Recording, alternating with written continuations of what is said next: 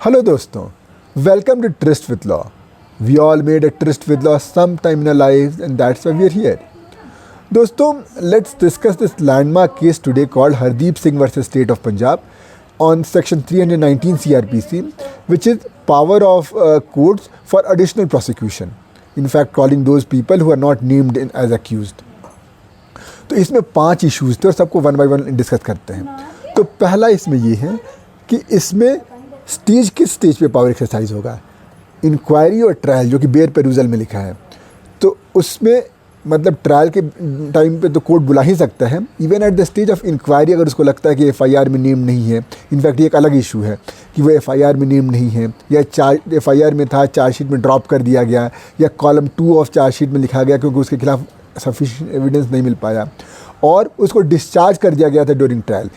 किसी को भी बुला सकता है court, but for discharge you have to be a more cautious. जो ऑलरेडी डिस्चार्ज है उसको section 300 sub section 5 read with section 398 में ही मतलब बुलाया जा सकता है उसको दोबारा। Now the third issue in this case was कि एविडेंस कौन सा एविडेंस है, क्या वही एविडेंस जो ट्रायल के दौरान कलेक्ट हुआ था, या वो एविडेंस भी जो कि पुलिस ने सबमिट किया था during submission of the chargesheet. तो कोर्ट ने कहा कि ये पावर जो है इंक्वायरी के स्टेज पे भी अवेलेबल है। तो अगर हम सिर्फ उसी एविडेंस के लिए रेस्ट्रिक्ट कर देंगे जो सेक्शन 3 ऑफ एविडेंस एक्ट में डिफाइंड है, तब तो फिर गड़बड़ हो जाएगी। तो इसलिए evidence has to be given its broader meaning, not a literal meaning. But अगर इंक्वायरी में कुछ पुलिस ने मटीरियल कलेक्ट करके दिया है और ट्रायल प्रोसीड कर गई है और फिर कोर्ट बुला रहा है, तो अब the court has to be a bit cautious, a bit more circumspect, क्योंकि जो मटीरियल कलेक्ट हुए थे एविडेंस स्टेज पे, उसके बेसिस पे तो ट्रायल हुआ, कॉग्निजेंस हो गया। अब उसको दोबारा देख रहे हो तो इट हैज़ टू कोरॉबोरेट जो ट्रायल में जो एविडेंसेज आए थे। तो इसलिए the evidence has to be given wider meaning, broader meaning. लेकिन अगर ट्रायल स्टेज पे बुला रहे हो based on the evidence collected by and given by the police, तो you have to be a bit more cautious.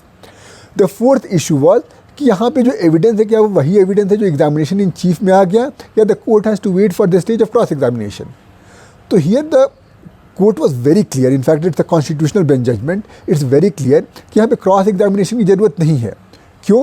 क्योंकि cross examination कराने का मतलब आप एक मिनी ट्रायल करा रहे हो, जबकि इनफैक्ट 319 सब सेक्शन 4 खुद कहता है कि जब ये नया एक्यूज्ड आएगा तो उसके लिए एज इफ एक ट्रायल शुरू से हो रहा है, तो उस समय वो क्रॉस एग्जामिन करेगा। और एनीवे आप जब किसी को एक्यूज की तरफ बुलाते हो, जब आप शुरू में किसी को कॉग्निजेंस ले रहे थे, तो आपको तो बस प्राइमा फेसी सेटिस्फैक्शन देखना था।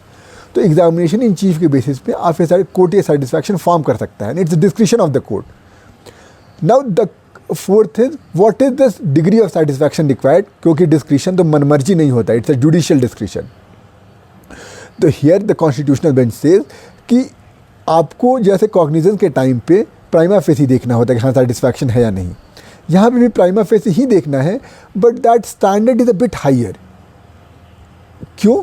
क्योंकि अगर आप सेम स्टैंडर्ड लेंगे तब तो फिर यहाँ पे कुछ ट्रायल ऑलरेडी कुछ स्टेज तक प्रोसीड हो गया है, अब एक नया बंदा आएगा तो ट्रायल डिले होगा। तो इसलिए आपको अ बिट सर्कमस्क्रिप्ट होना चाहिए।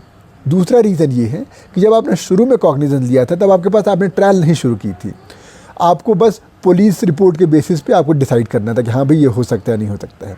अब तो कुछ स्टेज तक ट्रायल प्रोसीड हो चुका है, तो the court has already made up its mind, या कुछ उसको इन्फॉर्मेशन ऑलरेडी आ चुकी है। तो this prima facie satisfaction is a bit high on higher side. तो दोस्तों आई होप आपको ये केस समझ में आया होगा। कोई दिक्कत, कोई परेशानी कमेंट सेक्शन में ज़रूर बताइएगा। मिलते हैं अगले वीडियो में किसी नए केस के साथ। Till then let's continue with trust with law and bye bye. And दोस्तों, आपको it's in line with this trust, मैं यहाँ अभी मुक्तेश्वर में हूँ and we are still on our trust with law. Bye bye.